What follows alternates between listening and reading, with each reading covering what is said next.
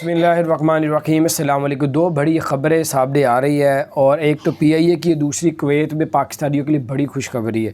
PIA ने जो है वो सऊदी अरब से परवाज़ों दो जो है मेन शहर नहीं है, साइड वाले छोटे छोटे शहर है, वहाँ पे PIA जो है वो परवाज़ें शुरू करने जा रही है, स्टार्ट करने जा रही है। बाकी आप इन्फॉर्मेशन PIA वालों से लें कि सऊदी अरब जाएगी भी और आएगी भी, और उन्होंने इजाज़त मांगी थी और उनको इजाज़त मिल गई है। और आप बाकी इन्फॉर्मेशन आप PIA के दफ़्तर से ले सकते हैं।